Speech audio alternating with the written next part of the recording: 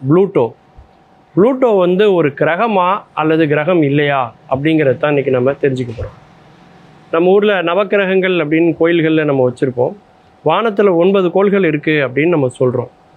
அதாவது 2005 வரைக்கும் வானத்தில் உள்ள கோள்கள் வந்து 9 கோள்கள் அப்படின்னு நம்முடைய பாடப்புத்தகத்தில் எல்லாத்துலேயும் இருக்கும். 2006 ஃப்ரான்ஸில் வானவியல் ஆராய்ச்சி பண்ணக்கூடிய விஞ்ஞானிகள்லாம் ஒன்று சேர்ந்து ப்ளூட்டோவை ஒரு கோளே இல்லை, அது ஒரு கிரகமே இல்லை அப்படின்னு அறிவிச்சிட்டாங்க. ப்ளூட்டோ உண்மையிலே கிரகமா இல்லையா அப்படிங்கிறத இன்றைக்கி நம்ம தெரிஞ்சுக்க போகிறோம்.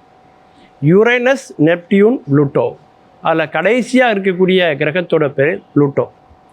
அந்த ப்ளூட்டோ வந்து பார்த்திங்கன்னா ஒரு கோள், ஒரு கிரகம் அப்படின்னா அதுக்கு வந்து 3 விதமான அடிப்படையான நெறிமுறைகளை வகுத்திருக்கிறாங்க வானியல் வல்லுநர்கள். ஒன்று, அது வந்து சூரியனை சுற்றி வரணும்.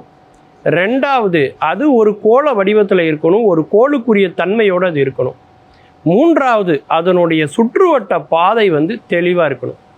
இந்த 3 கண்டிஷனையும் வந்து நிறைவேறினா மட்டும்தான் அதை நம்ம கோள்னு அங்கீகரிக்க முடியும். அந்த வகையில் ப்ளூட்டோ வந்து பார்த்திங்கன்னா சூரியனை சுற்றி வருகிற அந்த முதல் கண்டிஷனை அது வந்து ஃபுல்ஃபில் பண்ணுது. அதே மாதிரி ஒரு கோளுக்கு உண்டான தன்மையோடையும் அது இருக்குது. 3வது காரணமாக இருக்கக்கூடிய அதனுடைய சுற்றுவட்ட பாதை தெளிவாக இல்லை. அந்த 3வது காரணத்தை வந்து அவங்க வந்து சுட்டி காட்டி ப்ளூட்டோ வந்து ஒரு கிரகமே இல்லை அப்படின்னு ஒரு முடிவுக்கு வந்திருக்காங்க. இதுக்கு என்ன காரணம் அப்படின்னு பார்த்தீங்கன்னா 2006 நாசா வந்து பார்த்திங்கன்னா நியூ ஹரிசான் அப்படின்னு சொல்லி ஒரு விண்கலனை வானத்துக்கு அனுப்புது. அது வந்து ப்ளூட்டோவை படம் பிடிக்கிறதுக்காக போகுது. கிட்டத்தட்ட நாம் போகிறதா இருந்தால் 250 ஆண்டுகள் ஆகும். அப்பேற்பட்ட தூரத்தில் இருக்குது அந்த ப்ளூட்டோ.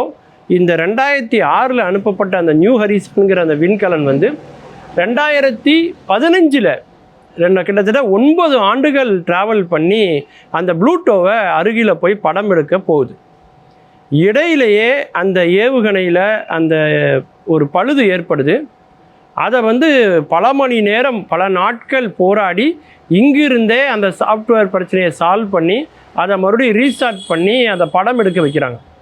அது எடுத்து படங்களை அனுப்புறதை பார்த்து ரொம்ப ஆச்சரியப்படுது உலகம். அதாவது அந்த ப்ளூட்டோ கோள் எப்படி இருக்குது அப்படின்னு பார்த்தீங்கன்னா, அதாவது எங்குமே வந்து பனி உறைந்து இருக்கிறது, -டிகிரியில் இருக்குது, பனி உறைந்து இருக்கிறது, ஹைட்ரஜன் கேஸஸ்லாம் அங்கே ரொம்ப அதிகமாக இருக்கிறது அவங்க பார்க்குறாங்க.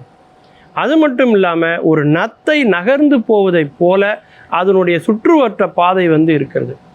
அதில் வந்து ஒரு தெளிவு இல்லை. அந்த ப்ளூட்டோ கோள் வந்து ஒரு பெரிய கோள் அப்படின்னு அவங்க நினச்சாங்க.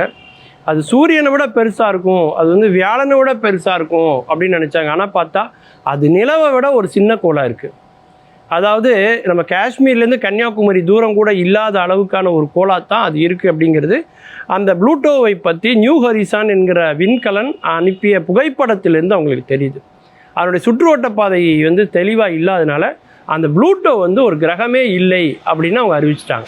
ஆனால் இந்த படங்களையெல்லாம் ஆராய்ச்சி செய்த விஞ்ஞானிகள் பல பேர் என்ன பண்ணுறாங்கன்னா, நாம் ஏன் இன்னும் அந்த முதல் 2 கொள்கைகளில் பிடிப்போடு இருக்கணும்?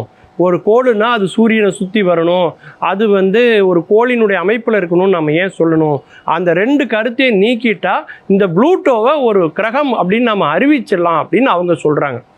அப்படி ஒருவேளை அந்த 2 கருத்துக்களையும் எடுத்தாங்க அப்படின்னா பூமியில் மொத்தம் ஒரு 350 கிரகங்கள் இருக்குது.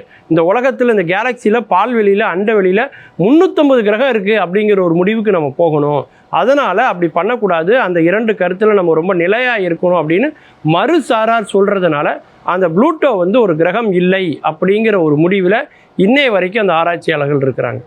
அதிலும் குறிப்பாக அந்த ப்ளூட்டோ என்ற கோள் வந்து பார்த்திங்கனாக்கா ரொம்ப நீண்ட தொலைவில் இருக்கிறதுனால அதை ஆராய்ச்சி செய்ய முடியாத ஒரு சூழல் இருந்தது. ஆனால் இன்றைக்கி நாசா அந்த கட்டத்தையும் தாண்டி அதை படம் எடுத்து அதில் உள்ள சிறப்புகள் என்ன அப்படிங்கிறதெல்லாம் அவங்க பார்த்துட்டாங்க. அங்கே நீர் இருக்கிறது, ரொம்ப முக்கியமான விஷயம், அங்கே நீர் இருக்கிறது.